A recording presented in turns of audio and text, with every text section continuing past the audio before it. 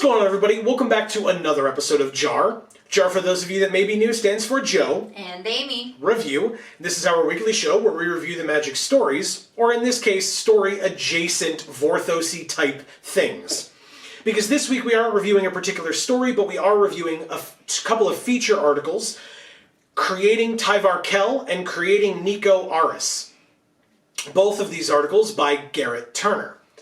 What I would say is, if you're unaware of what these even are, Tyvar Kell and Niko Aris are two new Planeswalkers from the upcoming set Kaldheim. And these articles are written by the production team at Wizards who helped create these characters. And so it's not a story per se, but it is a story told by these creators in terms of things that they've told, or things that they did in creating these characters. And so for that reason, my quick review at the top is that you should go read them. Yeah. It's straight from the mouth of the people who made these characters who they are. There is no hidden subtext. There is no innuendo. This is flat out. They are telling you the characters' personalities. They are telling you their wants, their likes, their dislikes, their history, etc. And so if you care about story, this is your one-stop shop for new information about new Planeswalkers. Yeah, agreed. Okay, so then that is our quick review at the top. I know that sometimes if I go in depth, there's like not really much more to say, but I'm just really excited. Like, this is really, really cool. Kaldheim previews are starting as we come into the end of the year, and so yeah, I encourage you to go read these before you come back here, and then we would love to continue that discussion with you through the comment section below. Yeah, we want to hear from you. Absolutely. Because we're not going to be, fully summarizing everything that was said. We're just going to talk about the things that stood out to us. And like we said, we just encourage you to go read it. So feel free to check the links in the description down below where you can find these stories or these articles, and that will lead you to them. So onto the full review itself. We read these in order that I think is appropriate to then talk about them with all of you, although there is no defined order in which to read them to my knowledge of when they were released. But we started with Tyvar Kell. And Tyvar Kell is the Elven Planeswalker from Kaldheim, which was great. I appreciated that we read this first because it gave us a bit of background on Kaldheim. And that's nothing against Niko, but Niko is not from Kaldheim. So when they were discussing Niko, they didn't talk about Kaldheim as much because Niko was originally from Theros. And so Tyvar gave us a lot more background into Kaldheim itself, which is what I care about. Not that I don't care about Theros, but it's what I care about because we're going into Kaldheim. So yes, I want to know about Kaldheim because I know bits and pieces of Theros and know next to nothing about Kaldheim. So, gimme, let me be ravenous for Kaldheim stuff. And so we learned about Kaldheim elves a bit. We learned about Tyvar himself a bit, and his upbringing, his background, his sibling. So, I don't know. I know that I have some things to say about this. I don't know if you want to go first in terms of... I have very little to say about this. I do like that they kind of went into detail of how your typical thought of what an elf is like kind of differs from a Kaldheim elf. Yeah. But you can kind of go into the aspects of that. Sure. Yeah, I appreciated that was what they said. They being Garrett Turner, who wrote this article, but it was really kind of a discussion with Garrett and others for both this article and the Niko article. And so in this article, it was Garrett Turner, Lake and Cynthia, Lake Hurwitz and Cynthia Shepard. And so that discussion was happening, and the three of them were discussing the fact that, as Amy pointed out, they wanted to give you elves that felt elvish, so that you understand them from fantasy properties, whether that's D&D, whether that's Lord of the Rings, right? You are aware of fantasy elves and what they are like. They have that connection to nature. They care about their heritage and their and their ancestry, and that they are elegant creatures. And yet Kaldheim is a place of heroism and fighting and wanting to die an honorable death to go and live on in, whatever form that takes for you following that honorable death. And yet you wouldn't necessarily, in traditional fantasy, you would think of that more as like a dwarven thing. Yeah. Necessarily, where you're going out. Barbarian, right? And you don't normally think of elves as being barbarians, right? And so this wants to take those tropes, work within them, but also circumvent them. So the line I thought that they used, which was amazing, was they wanted the elves to feel familiar but original. Mm-hmm. I thought that was a really cool way of putting it. That you want it to feel original, because if it's familiar, then why read it? You're like, okay, well, I know where this is going. Mm-hmm. But the fact that it can be familiar but original is amazing and super unique, and I appreciate that. Well, and to that point, it's also not unique in that everything should have an element of that, Sure. Every plane is going to have different aspects to it that change how the people who live on the plane interact with the plane. I mean, that makes perfect sense. Mm-hmm. What wouldn't make sense is if you just picked up a character from Zendikar and just threw it on this, Viking themed set and said, there you go, it's an elf. Right. Or whatever. It's true. It wouldn't make any sense. Yeah. And I'm interested in diving more into who Tyvar is as an actual story comes to us.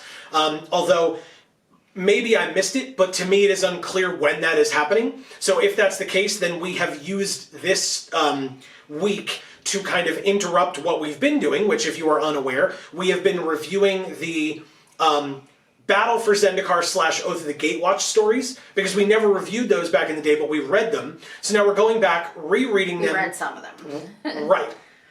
We're going back, rereading them under the umbrella of, hey, we were just back on Zendikar and Zendikar Rising, and so we want to go back and look at these stories as well with that new context in mind. Right. It has paid off. Yes. In many cases, if you've missed it. Yeah, it's definitely helped us go, oh, right. Okay, now we understand X. Right. And so if for whatever reason Kaldheim stories don't start between now and next week or next Thursday, then we'll be back for more Zendikar stuff, because we still have plenty more to go. But whenever the Kaldheim stories start, be here on Thursday. We will have those reviewed for you, unless they happen during the week of Christmas or New Year's. But even then, we will have content 6 days a week. Don't you worry. But yeah, if it's the holidays and the New Year, we're going to do our best to do current stuff if it comes up, but I assume that they are not going to release stories themselves until the new year. But because they don't tell us things, and I don't mean us, like Geek for All doesn't get to know, I mean seemingly nobody knows. Right. But regardless, we are here for these, and so with that, like I said, I'm looking forward to Tyvar being more fleshed out in the story so that we see Tyvar acting as himself and what he would do. But I liked a lot of the aspects that they talked about with Tyvar in terms of the fact that he has the philosophy that a rising tide rises all ships, or raises all ships. Mm-hmm. And so Tyvar is a little bit cocky and self-centered, but at the same time that's combined with knowing that when he comes back from a battle, he can brag about his fellow warriors as well as himself, and it will make everybody look better from that fight. Mm-hmm. And he'll do both. He'll brag about himself and the guy that was next to him. But that it's okay. It's not as cutthroat necessarily of but I was the one who ran in and did X, Y, and Z. It's no. He did this that was amazing. I did this that was amazing. And we both did these things. It wasn't like mine was better than his. And so Tyvar is seeming to be a much more interesting character in that it's not the typical, self-centered kind of a hero who only wants the stories to be told about him at the end of the day kind of a thing. which I liked. I don't know. I think that trope is much more of like a medieval sort of trope. I don't think it's really a Norse sort of trope. Okay. Because that kind of predates that sort of mentality. Sure. I mean, I kind of took it as that in and of itself was not a Kaldheim thing. That was a Tyvar thing. Oh, well. Which is why they mentioned it as and that it seemed somewhat unique. I could be wrong. That's how I read it. That they were saying that Tyvar was interesting in that he did not do what many other people did in feeling only about themselves, but that he was willing to talk about others as well. Okay. Well, my argument to that would be that the Norse people were like that. They weren't. Oh, I see. Okay. They were much more whole-centric. Okay. Than individual. I see what you're saying. Okay. I misunderstood. So they sort of lived more by the mentality that the things that I do that benefit me also benefit you. Sure. And the things that are a detriment to me also detriment to you. Sure. Kind of thing. And less of the mentality of everything that I do should be considered something that I should be rewarded for, and I'm so separate from everyone around me. Right. That's not the mentality that that culture lived. Okay. Interesting. All right, fair enough. I will say, in terms of as we go into this, right, Amy is very typically known between the two of us as the more historically knowledgeable one. But I will say I have passing knowledge of Norse lore in that I'm a pretty big Thor fan, and not just the most recent Marvel movies that have Thor, but like I've read a fair amount of Thor comics as well, and keep abreast of those kinds of stories. So I'm looking forward to seeing what, if anything, I understand or can relate to Norse mythology in that way. So for example, what I'll say is, one of the things that I keyed in on a lot in this description of Tyvar Kell, or the creation of Tyvar Kell, were the names that were used for Kaldheim or within Kaldheim and the Kaldheim elves. Tyvar is good. Tyvar is very good. I like that. Some of the other ones I wrote down, Einir, which was the name of the elves originally, like the gods of Kaldheim originally were that like species of elves, so to speak, were the Einir.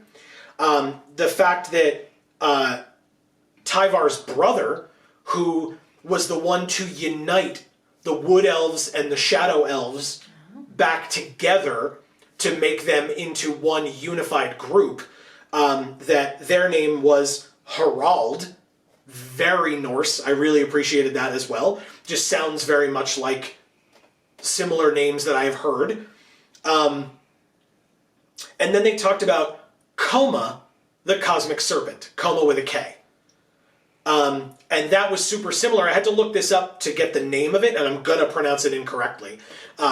But Koma, the cosmic serpent, seems or sounds very similar to me to the Midgard serpent, Midgard being the Norse god's word for earth, but that it's the name, or it's similar to the Midgard serpent, whose name is Jormungandr.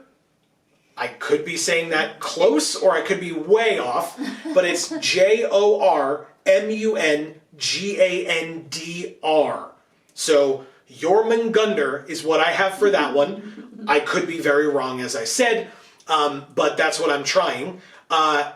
Super interesting stories around Jormungandr, and if we get into those in the stories themselves, in these stories, if they talk more about Koma, maybe I'll be able to do a little bit more research on Jormungandr so that I can have a little bit more to bring to the table in that regard. But just the fact that they mentioned the cosmic serpent, and I'm like, that sounds like the world serpent. And I was like, am I right about the world serpent? And it's the Midgard serpent, so it's kind of close. Anyway, I thought that was really cool. Something else that you and I keyed in on in that one, and then we can move on to Niko, and I can stop gushing about this flavor dump that we got. One of the things that they mentioned, which I thought was so awesome, was they talked about the elves' weaponry. And that the elves have weapons made out of a bronze-like metal, that each of these weapons are tailor-made for a particular elf. And that elf uses that weapon throughout the span of their life, and then when they pass away, or when their life ends, that weapon is melted down and used to create the next weapon for the next generation. Amazing. I love that. That's so cool, and it really shows reverence for your weapon, that it is not just, whatever, I'll pick up whatever sword I find. No, this is your weapon. You are raised with this, essentially, and that is yours. Well, and that's really the way to ensure that you're using your weapon to its fullest, right? Yeah. And your own skills, really. Sure. The sort of typical, like, Dungeons and Dragons, like, let's steal this next, piece of armor or weapon or even magical item, and we'll just attune to it and we'll just use it. Like, that's not what they did. Right. Maybe in the Middle Ages they did that a little bit, just picking people clean, but they probably sold that stuff off more than, or melted it down to make something that's more tailored to them. Sure. Rather than just using it. Yeah. And that goes along with, at least in more modern times, and I'm going solely based off of pop culture, but the concept of this is my weapon, this is my gun, there are many others like it, but this one is mine. Just like that whole concept of, in the military, it's your gun, it's the one that you are issued, you keep it safe, right? It's that is your tool, so to speak, and you have reverence for it because it is the thing that can keep you alive or keep you safe. Okay. So yeah, that I was kind of referencing more the aspect of being able to use something that you've practiced with. Okay. As opposed to picking up some random thing and being able to use it effectively. Right. Your ability to use that effectively is going to be greatly hampered by the fact that you just picked it up. Sure. Yeah, that's fair. Yeah. So you're really honing your own skills as well as using the tool effectively if it's something that you've had for your whole life and will continue to have. Okay. Yeah, that's fair. That's a good point. And so then we move on to creating Niko Aris. Before you move on please. to that, not to mention the sort of cultural infusion that would provide, right? Sure. So if it's your local blacksmith that makes this for you, your specific township even will be infused into that tool. Right. To a point where even if another Norse township were using other tools or whatever, they wouldn't get their stuff mixed up with yours because there's enough of a difference between them, because it's easy enough to notice what artisan made what kind of thing. That's a good point. Yeah. I can definitely understand that. So, as I was saying, then we will move on to creating Niko Aris. Once again by Garrett Turner, but this time Garrett is having a discussion with other folk. Lake is still part of it, but then there is Chris, Allison, and Katie joining this time for this discussion. And I was the one who didn't have as much to say about this, but then, Amy didn't have as much for the last one, so we'll kind of trade off a bit. Yeah, I mean, this one was pretty great in terms of the fact that there were people to talk about this. There was a non-binary person, there was a trans person, and they were speaking about the contributions that they were able to make, and then sort of the ways in which they were not able to contribute, and how having that group kind of helped fill in those holes and create a nice, well-rounded character. And that's what you want in that type of a writer's room or a team building exercise, or whatever you want to call it, is you want to be able to have differing perspectives coming together, bringing their idea of what this character could experience in their life, how they meld together, and what that then creates in the end, and how you kind of compromise. Because first of all, I believe there were two of the folks were non-binary. I believe it was Katie and Chris, but if I'm incorrect, I do apologize. I didn't write it down specifically, but that they were the ones with those perspectives. And so, but it's a little hard for me to follow who was talking when. Sure. And so that was interesting though to me as well, is that you have different non-binary perspectives, you have different LGBT in general perspectives, which is great, which is nice to see, and we'll talk a bit at the end about something that I wanted to talk about, but I wanted to be able to let you please continue. Yeah, I thought it was interesting that they chose Theros to be the plane that this character was from. Mm-hmm. Because to me, ancient Greece is what I would consider to have much less of that sort of typical gender stereotype type of thing. They didn't really have that in ancient Greece. It's interesting though, this particular character was an athlete, right? Correct. Now, ancient Greek athletes, particularly in the Olympics, right, I think were only men.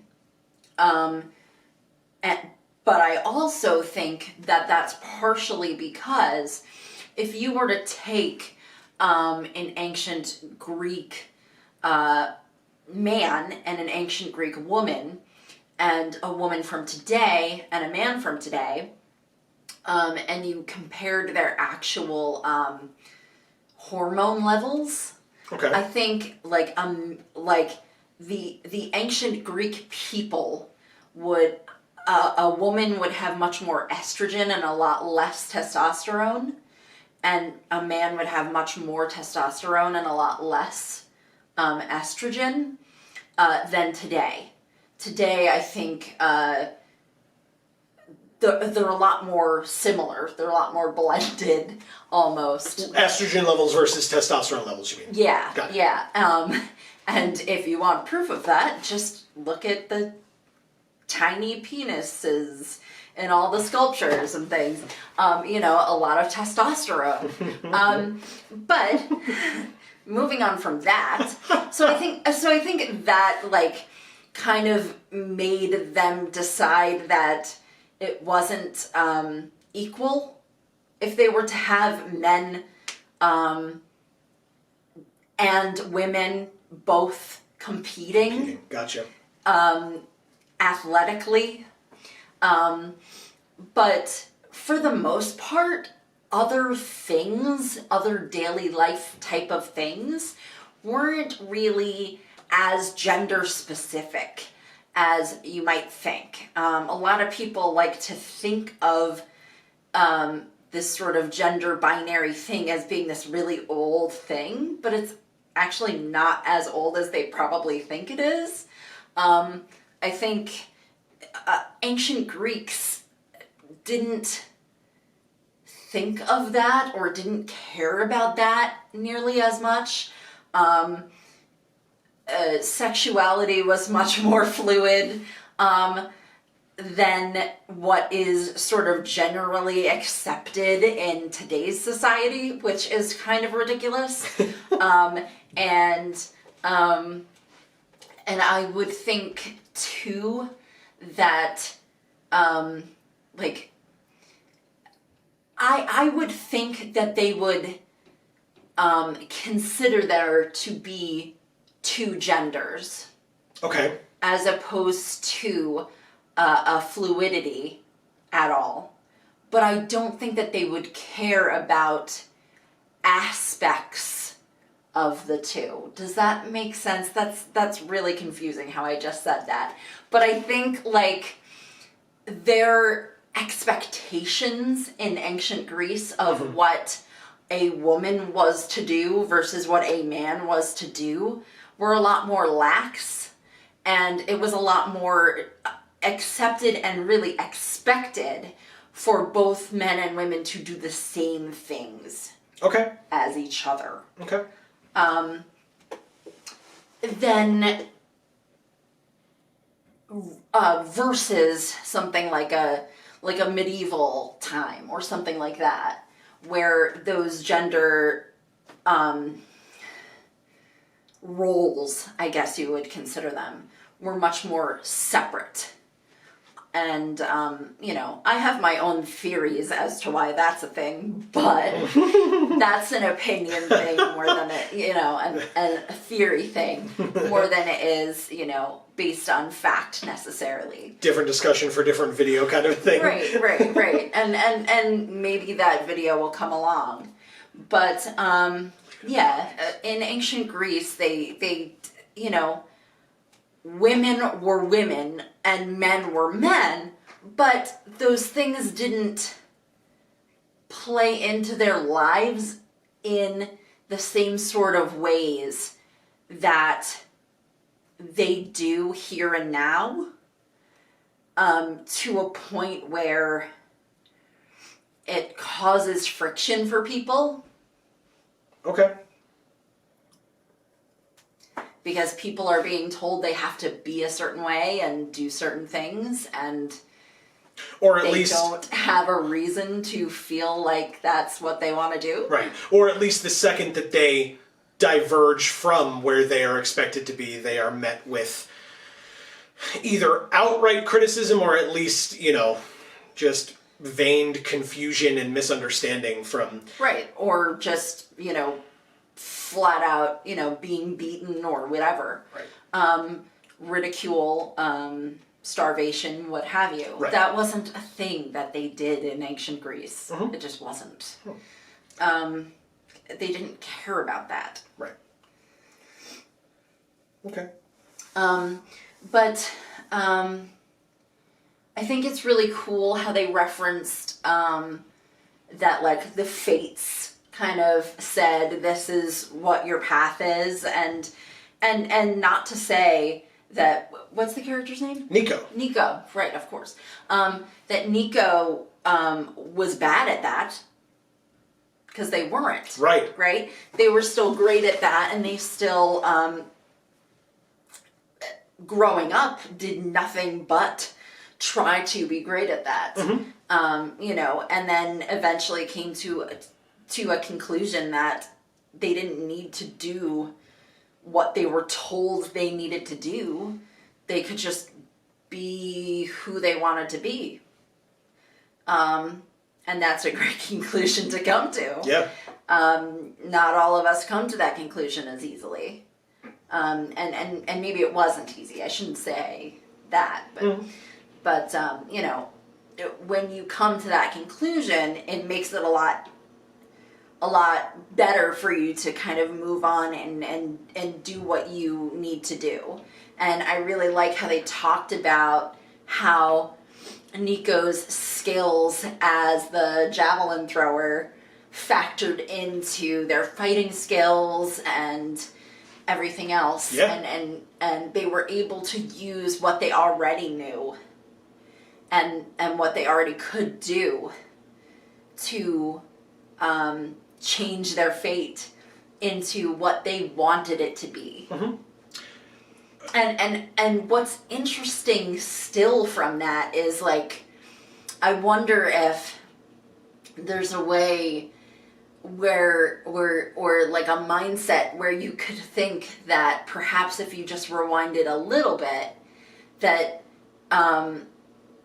there was a point where maybe those fates would realize, okay, all of the skills that Niko attained from being told that their fate was to be a javelin thrower, helping them attain their actual fate that happened later in life, if the fates then sort of saw that as the one thing leading to the other thing to the third thing. Sure. You know, Sure. Okay, are the fates saying this to you because it's what you need to hear right now versus what is actually the eventuality? Do you know what I mean? I do, yeah, definitely. So, okay. and that's a rabbit hole that you could fall into and never get out of. Sure. But, well, maybe we will get into it throughout these stories if and when they come out. Who's to say? Yeah. One thing that I found interesting with the discussion of Niko, reading through it, they didn't tell you until maybe halfway through the article that Niko is written as a blue mage, or a blue planeswalker. And reading it, I don't know why, and I think you can absolutely put the discussions of similar situations that have happened to non-binary folks with what I'm about to say. So I fully understand that maybe this was their goal. When I read this, I expected or assumed that Niko was going to be a white planeswalker. And especially then when they talked about Niko's powers as well, of the concept of trapping people in the shards that Niko can create. Okay. That seemed very much like detain. The detain ability that the Azorius use. And so I don't know why, but I read that as white. What it turned out to be was blue.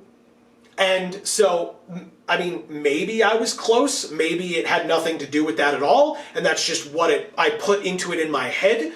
But it's now something that I have to say, oh, okay, well, they're a blue mage. My mistake. And move on.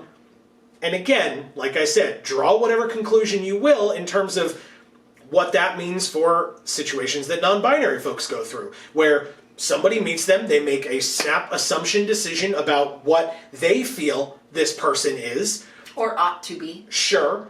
And then, if and when they are corrected or find out differently, hopefully they are a good enough person to go, oh, okay, I was wrong. And make that change mentally, as opposed to being an asshole and resisting it and, for whatever reason. But that was something that happened for me, where I was reading it and it read to me as a white planeswalker's ability. And now if I had come here and said, that's stupid, I don't know why they made it blue, it's clearly white. Well, that one's on the hinky side. So no, okay, I read it as white, I was wrong, it's actually blue. And that's kind of interesting to me, the way that paralleled in my brain. And perhaps that's partly what they were trying to do. That's what I'm saying. I don't know if that was intentional or not, but sort of walk the line of what it means to be a white card, sure, versus a blue card. Sure. I also personally really loved the speaking of similarities, I really loved the way that they took it is your destiny, it is your fate to be a prolific javelineer, and equated that with Niko's non-binary gender identity, and knocked it on its head by saying, hey, guess what? I don't want to be a javelineer. And so instead of doing what I have the ability to do, I'm just not. Right. I'm just gonna not. So I. Yeah. You think I should do this one thing. Guess what? I won't. No. I'm gonna go do this instead. And you may have a problem with it, and you may seek me out, Clothis, or your agents, to stop me, but I don't care. Right. Because I am doing what is right for me, and I don't know. I liked that a lot. I thought that made a lot of sense, and I really enjoyed it. That's interesting. It's very interesting. I will say that I don't know enough about Greek mythology, but I feel like to necessarily say this, but I feel like I don't necessarily know of a creature that cares that much about finding people who are doing not what their fate told them to do, essentially, Sure. and correcting them. But I find it interesting that that was what they chose to do, because of course it works perfectly with the character, but also like it works perfectly with ancient Greece as Theros. Sure. As being like comedy tragedy, like every Greek tragedy is like essentially half about how somebody's fate was to do something specific and they did something else, and then eventually what was foretold finally happened and their life was just a misery. You know, and so that actually ends up being very perfect, but at the same time, like, what I'm really hoping is that Niko's divergence from this fate doesn't lead Niko to live a life of misery and tragedy. Fingers crossed. Right. But to actually, like, show that, you know, people have the ability to have free will and do the things that they feel is necessary for them to do, as opposed to being controlled by another entity. Sure. Whether it be a government or a god or fate or what have you. Or society in general, as, you know, groups of people telling you. And that's exactly what this character needs, is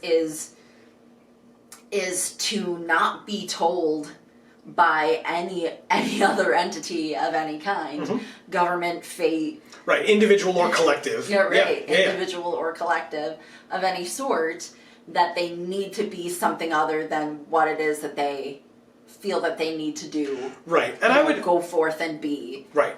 And I would hope to a degree, because this is a new Planeswalker that we're meeting, I would hope to a degree that that's not begun and completed by the end of Kaldheim. Because I would hope that Niko as a character gets a lot more than just Kaldheim. Right? Okay.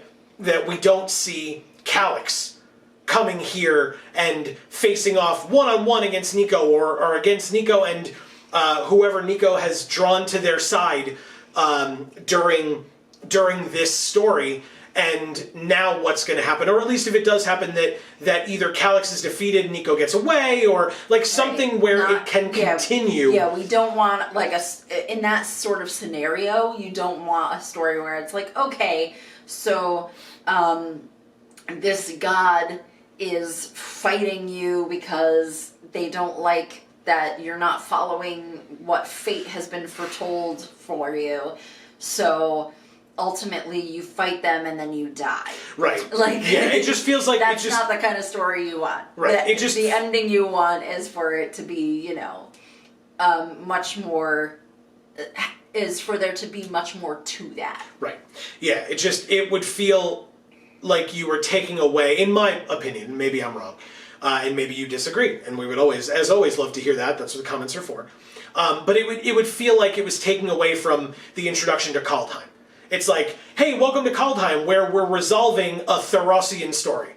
You know what I mean? That would feel cheap to me. That you would have Niko and Calix fighting each other on Kaldheim, and it's like, wait, but there's a Kaldheim Planeswalker, why don't we learn about Kaldheim instead? Like, why are we dealing with Theros problems on Kaldheim? That just seems silly. Okay, I thought you meant as if to say, like, oh, here's this non-binary character who's gonna, you know, fight the man, and then in the end they die in the process. They get killed off. That is also awful, and I wouldn't want that either. Yeah. But that's not exactly what I meant. But like you said, yes, that's also sucks. Reason why that would suck. Yes. Yeah, and it wouldn't give Niko the time that character deserves for the amount of time that the amount of time and thought that was spent actually creating the character in the first place. Yeah. Should we move on to the final portion of the discussion? So what a surprise! I have issues, and I want to talk about them. I don't mean personal issues, although those are there too. You got them too. Yeah, all the time. But that's not what we're here to talk about today. You know, come watch us live on our stream and ask me any questions Give you'd them all like to me and about I'll get my view. and talk about those personal issues, whatever you'd like. But no, in here, and I want to preface this by saying I was a little worried to talk about this in general because I don't want these critiques that I'm making or these comments that I'm making to in any way be put towards making it look like or seem like or sound like I'm not interested and fascinated by Niko's introduction as a character. I think it's awesome, and I'm looking forward to seeing what's done with Niko. What I dislike is, Amy mentioned the fact that Niko is from Theros. And in this article they mention all this stuff about Klothys and coming up from the underworld and Calyx and the agents of Klothys not only chasing Elspeth, but also chasing Niko. Right. Okay, but now you're getting into territory that's, it frustrates me to no end. Yeah. And hopefully you know where I'm going with this, but maybe you don't. And so, very briefly, for those that don't know what I'm talking about, Theros Beyond Death, which is where we met Klothys for the first time, because it was the Gruul red-green god that replaced Xenagos from original Theros trio, or block. Klothys comes and creates Calyx. Calyx, who is a construct, and yet is also a planeswalker. Okay, Karn exists, we get it. How? Well, who the hell knows? Because following the sequel to that story over there, and I hope I'm pointing in the general direction. A little bit more this way. That story over there, that's War of the Spark. The sequel to War of the Spark was War of the Spark Forsaken, which contained probably one of the more infuriating aspects of writing from the past few years of Magic story, which was the... I'm trying to think of the correct word here, not that I'm not remembering what it was, but the destruction of the relationship that seemed to have been burgeoning between Nissa and Chandra.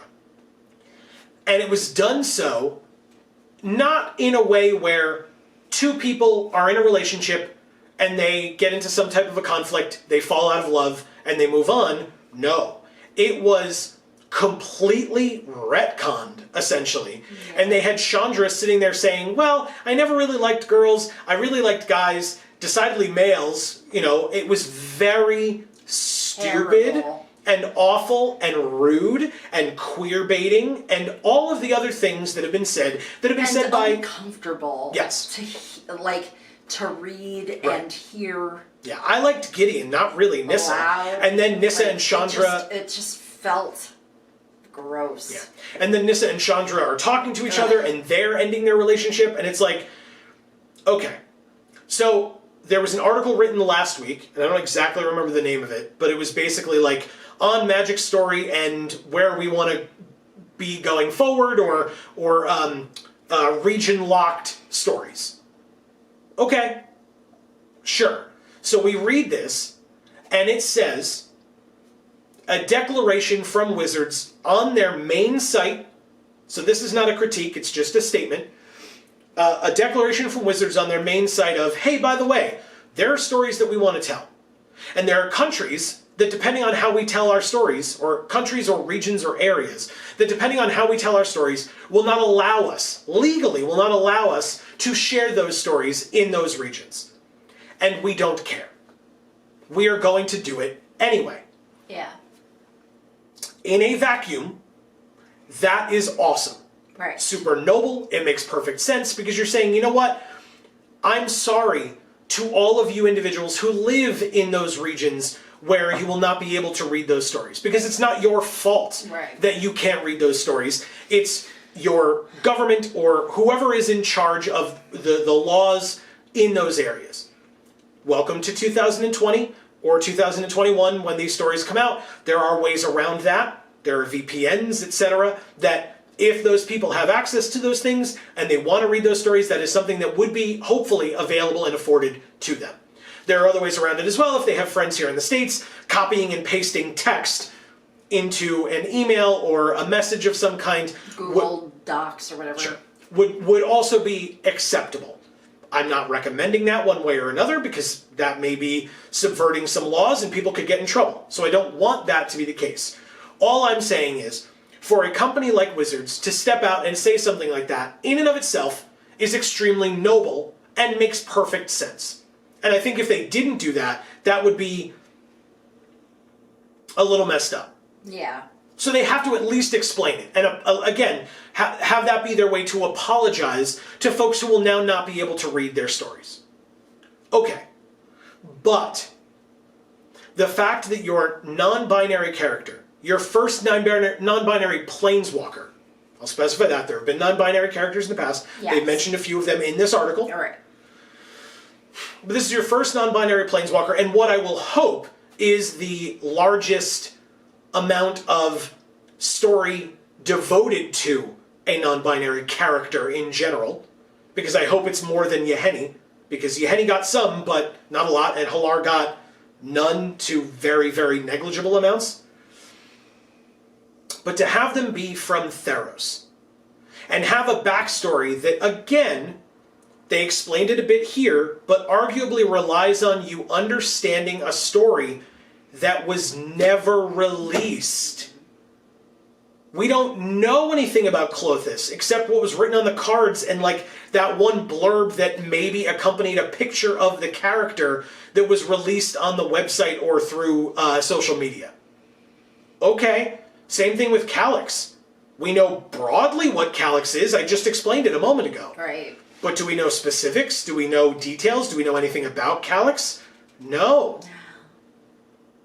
And why? Well, that takes us back to the sequel, to War of the Spark. Because the community, I won't even say the Vorthos community, because it grew much further than the Vorthos community, in my estimation.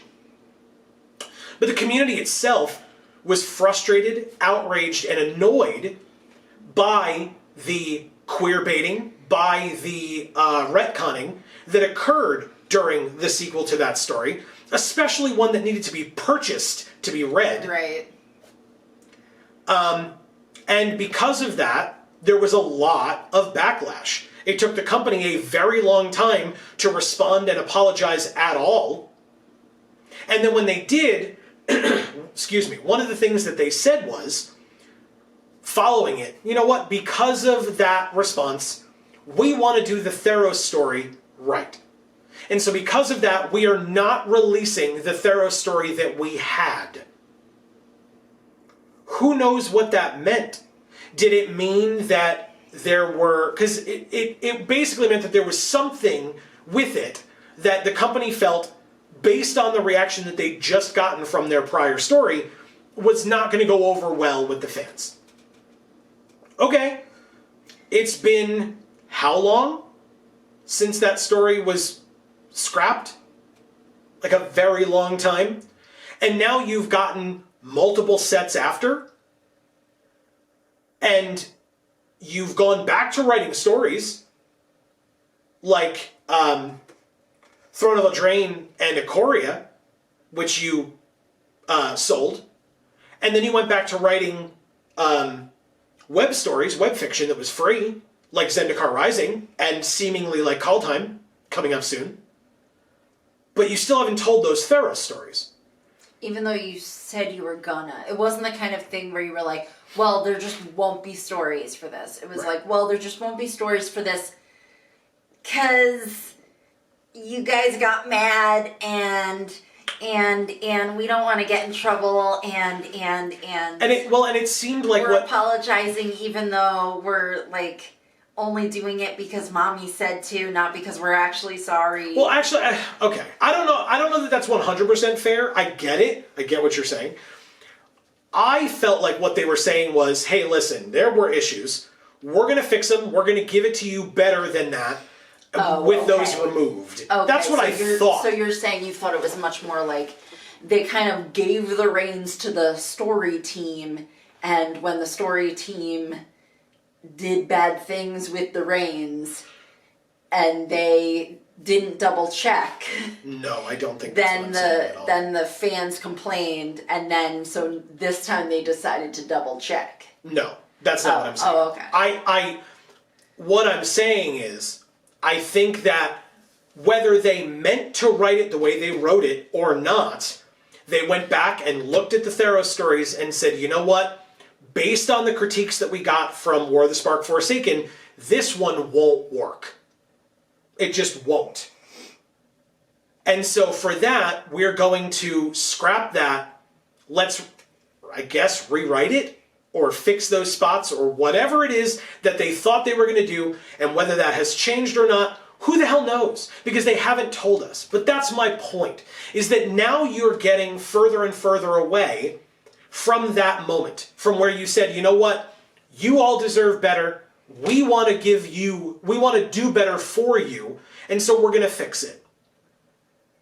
And at this point, are they going to fix it? Have they hoped we've forgotten? Because I know the community hasn't forgotten. I know that the community has moved on because we're in a world of however many product releases they had last year. God only knows. Yeah, we're in a world of we're used to being disappointed, so let's just add another one to the pile. Why don't you? And that was a different story change. They went from novels with Forsaken to nothing for Theros to ebooks for Throne of Eldraine and Ikoria to web fiction for Zendikar Rising forward. So they've had multiple changes since then. I think my overarching point, because I could go on and on about this and I feel like I'm going in circles, so I apologize. My point is, you now have a character who deserves time, who has a backstory that they are explaining in these articles from the mouths of the creators, where the creators are having to tell you parts of a story that you know nothing about, or very little about, because you only got it from cards. To read it. Correct, because it doesn't exist. Right, you never got to read it, and they threw it in the shredder. It's gone. Right. So, and it seems like they're not even coming back with a new one, and that's even though they said they were. Right. And so that's my point. That's my point of frustration. Is you are doing a noble thing in a vacuum. You're creating a character who represents a portion of your community and a portion of this world, and whose story deserves to be told in its entirety. And yet, we don't get that. We don't get to have that because you haven't fixed the issues from however long ago it was at this point. I don't know, there was years, plural, but months and months and months. I mean, the problems with that began years ago, sure. But, you know, time is a weird thing in the world of COVID-19. But regardless, there are problems that have existed for a while. There are problems that the company has had the ability to, or the time to fix for a long time. And as is tradition, the communication has been poor, or non-existent, or both. And now that we're getting to a point where an underserved part of this community and part of our society are getting an opportunity to have their stories told by a team of people who understand and care about their stories being told, are still arguably having that story told with a tiny little asterisk up at the top. Mm-hmm. And the non-binary community deserves better than that. Arguably, the Vorthos community deserves better than that. Because you're giving us a character who has the potential to have such a rich and incredible backstory associated with them, and yet every time you mention Klothys or Calyx, people are going to realize that they don't have all of the information that they need on those two characters because they were introduced as major players, as major characters in card form only, and not in story form, and with no sign of them returning at any point. Right. So that's why I say, please don't misunderstand. I want Niko to be great, and I want to know all I can about Niko.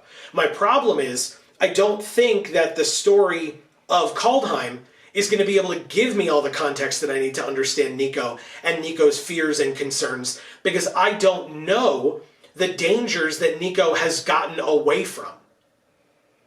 Because Niko got away from the Agents of Klothys. Well, that's cool. I don't know anything about the Agents of Klothys. I don't even know anything about Klothys. Right. Because I haven't gotten the story where we see those characters. I got a couple of lines in the description of this article telling me about what Niko's gone through, and I got a couple of lines from flavor text of cards, or a card being previewed and a little blurb next to them where, by the way, that was at the time where they weren't even spelling the gods' names correctly. Yeah.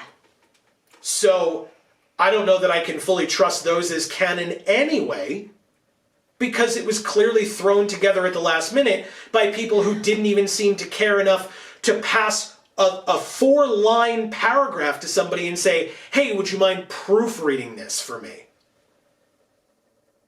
Yeah, it's pretty sad. Oh, okay. So I'm now supposed to fully get invested in this character. Maybe the problem is that the person that they're passing it to proofread doesn't know how to spell it either.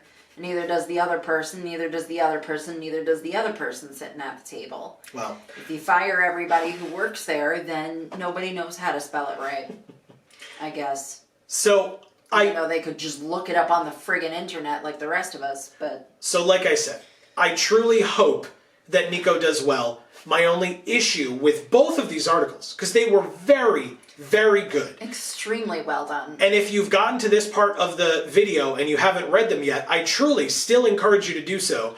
Links are in the description. But my issue is that I feel like I'm coming into this where I'm supposed to have all of this information about Niko's past, and I have half to less than half of it. And that's frustrating, because I'd like to be able to know as much about this character as I need to, and I don't want it to be a War of the Spark original situation where there are things being referenced as if you'd read The Gathering Storm, but The Gathering Storm hasn't been released yet. Ugh. So maddening. So, that's going to be the end of our episode this week, folks. As I said, if for whatever reason, I doubt it, but it's totally possible because God knows they don't tell us things. If for some reason next week Kaldheim stories have begun, we'll be back with Kaldheim stories. If not, don't forget, we will be back with the continuation of Battle for Zendikar / Oath of the Gatewatch. And if for whatever reason the Kaldheim stories have begun, but we are spending time celebrating the holidays, then there will be a Battle for Zendikar / Oath of the Gatewatch story there for you to watch so that you have something to fill that space, because we are continuing to create content live and pre-recorded throughout the holidays, throughout the New Year's celebration, and into 2021.